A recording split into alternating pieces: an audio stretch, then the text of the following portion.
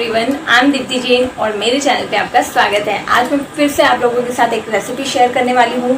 Corona के कारण हम बाहर का खाना तो नहीं खा सकते, बट हम घर पे तो बना ही सकते हैं। इसलिए मैंने रिसेंटली एक सैंडविच की रेसिपी ट्राई की थी जिसका नाम है cheesy grilled corn onion sandwich and it turned out really tasty. So मैंने सोचा क्यों ना मैं आप लोगों के साथ रेसिपी शेयर कर दूँ।